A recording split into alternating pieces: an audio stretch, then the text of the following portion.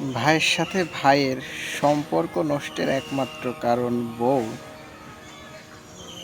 এটা হতেই পারে না। ভাইয়ের সাথে ভাইয়ের সম্পর্ক নষ্টের একমাত্র কারণ হচ্ছে স্বার্থ। একটা ভাই, ধরেন আমাদের গ্রামীণ অবস্থার কথাই বলি, ৩০-৩৫টা বছর একসাথে থাকে।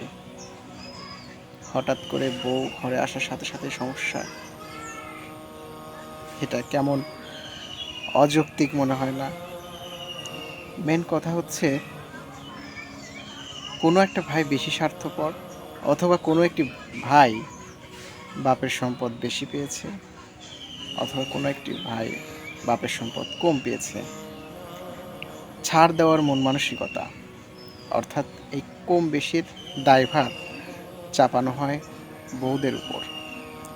সহজ টার্গেট, ভাইয়ের সাথে ভাইয়ের দ্বন্দ্বে বউদের অবদান অনেক ক্ষেত্রে থাকেই না।